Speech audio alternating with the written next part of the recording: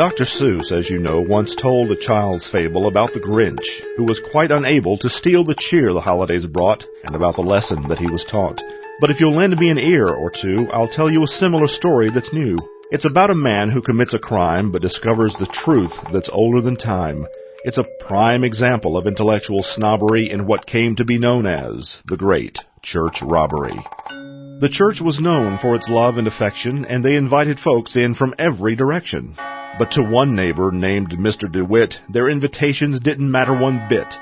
DeWitt hated them, and for their Christian religion he held no love, not even a smidgen. He considered their pastor to be a big fake, and their clanging church bells made his head ache. Though he felt that way, not because of his head, but the fact that his soul was spiritually dead. So, with a heart full of meanness and doubt, he watched Sunday morning as their service let out, staring out of his window with a cold, ugly sneer at their warm handshakes and smiles full of cheer. "They'll all be returning," he said with a bark, "for tonight's service as soon as it's dark, and then with their worship they'll raise a commotion. But what it's about, I haven't a notion. They'll set that big church bell to ringing, then they'll all begin praying and singing. They'll pound the piano and the organ too, but why they must do it, I haven't a clue. Why, for too many years I put up with this stuff. It's driving me crazy. I've had quite enough." As he got angry thinking of how they would do it, he suddenly snapped, "I must put a stop to it, without all their church stuff," he went on with a growl. "Their bright, happy mood would quickly turn foul." Then a wicked idea hit his wicked old brain. "I'll pretend I'm a blind man with dark glasses and cane. I'll steal all their things, and if anyone spies me, in my clever get-up, they won't recognize me." Yes, he felt quite proud and thought himself wise. So, armed with a plan and a tricky disguise, he cranked up his pickup with a gear-grinding lurch and pulled it up to the back door of the church. Then, breaking a window pane with a rock, he reached inside and opened the lock. "This is too easy," the fake blind man hissed as he tiptoed inside, cane clenched in his fist. Then he lowered his glasses and peered all around to make sure that no one was there to be found. "These speakers," he said, "are the first things I'll steal," as he loaded them onto his truck, the old heel. Then he ripped up and threw out the pads on the pews. Yes, he took every comfort, and the instruments too. Then he carried the songbooks, all he could heft, and even the Bible was not above theft.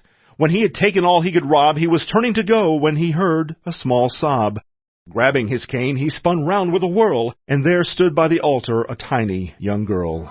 "Who's there?" he asked, while tapping his cane. "You see, I'm quite blind, and I don't know your name."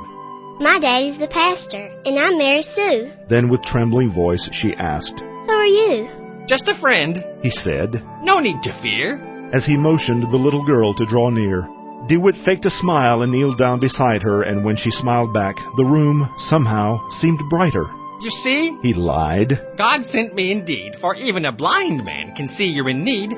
So I'm taking the old out and buying all new, and as soon as I'm finished, I'll send it to you." So he pulled the wool over her eyes with his sightless act and clever lies, and he condescendingly patted her head, but he was taken aback at the next thing she said. "Oh, kind sir, I wonder if I might pray that the Lord would give you your sight." And before he could answer or move out of the way, she lay her small hands on his brow to pray. "Dear Jesus, I thank you for being so kind, and to ask you to touch this man who is blind. Bring the light to his eyes and help him to see. So give him this gift, Lord, and do it for me."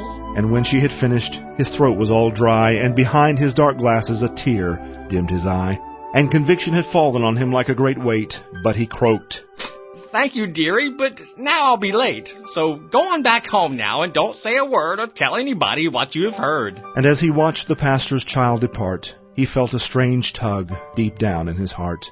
But he shook it off with a snort and a shrug, and as he was leaving, he threw out the rug. It was 6:30, soon the church would be full, so he cranked up the pickup and away he did pull. Up the winding dirt road to the top of the hill he drove with their stuff, which then he would spill. When he came to the top, it was getting quite dark as he drove toward the cliff and put it in park. He jumped out of the truck and strode to the ledge and stood looking expectantly over the edge. "They know by now," he said with a grin, "that their services there have all been done in. They're wailing and moaning and they'll all shed a tear. That's something," said DeWitt, "that I wish I could hear."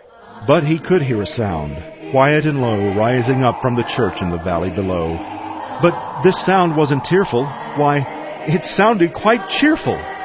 Everyone there, to the smallest fellow, was singing their favorite songs a cappella. He hadn't stolen their joy. It remained. In spite of their losses, they worshipped the same.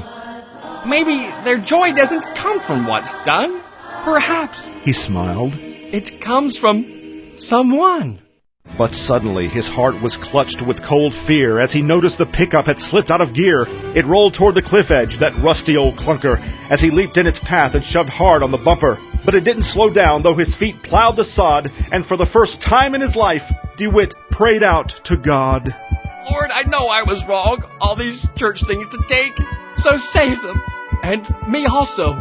For Jesus' sake. And then the light of heaven shone in, as Mr. DeWitt was born again. And he felt a strange power he'd not felt before, as he found the strength of Samson and more. He stopped that old truck and turned it around. Then he hopped up inside and drove down to the town. He pulled up at the church and brought back what he took, each musical instrument and every songbook. Then he went to the altar, and beside it he knelt, as he praised the Lord Jesus for the peace he now felt.